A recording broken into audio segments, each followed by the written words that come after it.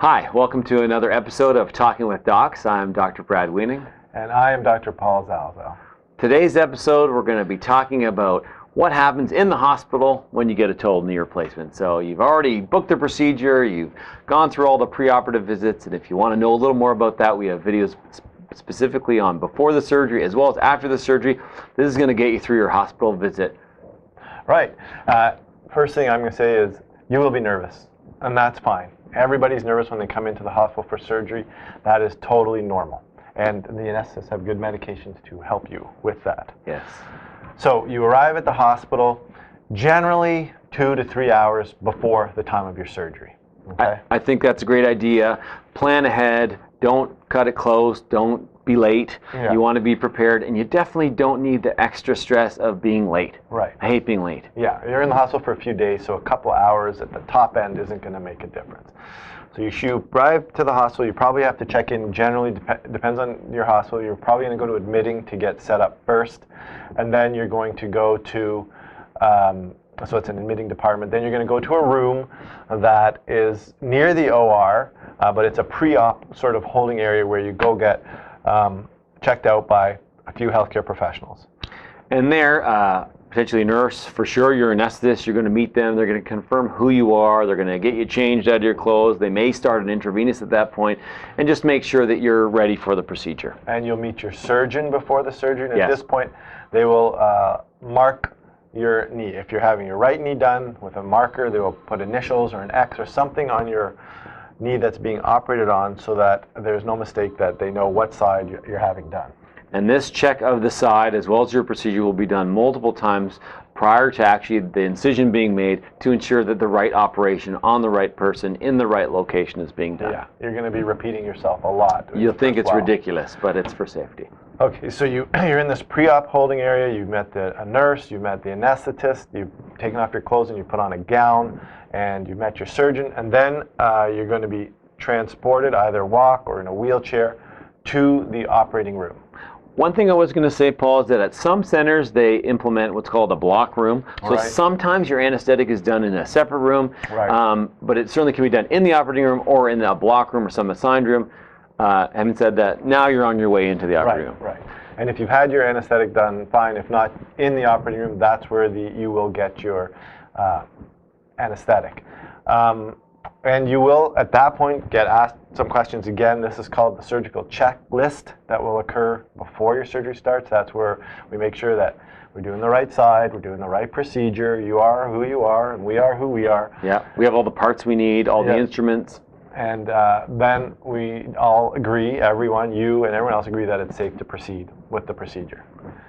And then you'll be on the operating table there. They'll secure your arms. They'll give you some medication, typically to sedate you if you're not being completely anesthetized. Because you're going to be nervous at this point. Very nervous. And this medication is like magic. It's often very cold in the operating room. That is very intentional, so don't be alarmed about that. At our hospital, we'll give you warm blankets to make you more comfortable. And then once you're out or not aware of your surroundings, that's when the procedure starts. The next time that you're aware of it, you're either being transferred onto the bed or potentially already into recovery. Right, you're going to make your way. After the procedure occurs, you're going to go from the operating room into a recovery room. And a recovery room is just a room to recover. Like the title says, to recover. You'll have a dedicated nurse there who will assist you in your recovery and make sure that you are regaining consciousness appropriately and that you're hemodynamically stable. So they're going to check your blood pressure and your oxygen levels and make sure you're all okay and prepare you to go to the ward. Yeah, and certainly for my patients, Paul, I order an x-ray in the recovery room. Sometimes you'll have some blood work done there. Depending on your breathing, they may have a cardiogram or other tests done, but they just want to make sure that you're have recovered completely so that you can safely go to the hospital ward where you're not monitored quite as closely. That's also usually the time when we go and say hi to the families afterwards. Yeah, we write some orders, we say hi to the family, and you may not remember much of that. Even if we come and talk to you, I would say, hey, everything went great. You may still not remember that stuff, and that's okay. Yes. So you're going to go from recovery room to the ward. Now, certainly in some centers, patients are getting discharged same day. Some places advertise, hey, same day knee replacement. You go home the same day. Certainly not in our center. And the vast majority of the time, most centers would keep you in for probably around 2 or 3 days before you went home. But some places you go home the same day. So in our place, you're going to go to the ward, and the whole goal of the ward is to prepare you to go home. Yeah, exactly. The goal is to get you strong enough and stable enough that you can function independently and continue to improve over the course of 6 to 12 weeks after your knee replacement, so that you can get back to doing all the things that you like and need to do, which is the main reason that you did the procedure in the first place. Right. Now, if you've watched our hip replacement video, there's some key differences here with knee replacement. First of all, the level of discomfort after surgery is higher with a knee replacement. I tell people knee replacement is by far the most painful operation that I do, and I tell them that no matter what I say, there's really no way to prepare them for how much pain they're going to get. Yeah. People at home, can you pause for a second? Our anesthesia colleagues and pain colleagues say that you're not supposed to have any pain at all. Yeah. What do you think? I think you have pain, and you have a lot of it. Okay, you can hit play again. Okay. Yeah, we agree that you will likely have pain after this procedure. Okay, so you may be told by other physicians that, the pain doctors, we're supposed to get rid of all your pain. I think that is nearly impossible after knee replacement. The first couple hours, you may be completely pain-free because of the spinal anesthetic. Yeah. So you will think, wow, this is amazing. I can't feel my legs, can't move my legs, but I don't have any pain. It's pretty good. Yeah. That is temporary. Yeah. Don't cancel your surgery. The pain is manageable. Yes. Okay, you will be able to manage it. And part of the pain is like you're training for a marathon, because you've got to get this knee moving now. You just had your knee operated on. You don't want to move it, but you have to get it bending. And the thing that hurts the most is the thing that's most critical, and that's bending your knee. Yeah. It's a real strange thing to wrap your head around, but yeah, it hurts to bend it, but in this case, it's okay. You have to bend it, otherwise your knee will get stiff. And hopefully you've got a cooling unit. I try and get all my patients to get some sort of cooling unit so you can circulate ice water around your knee right from the time of the recovery room, because that'll help bring down the swelling. And they say cooling actually numbs some of the nerves and things like that. So it's another way to control your pain in addition to the pills or the intravenous that you're using shortly after surgery. Yeah. Swelling.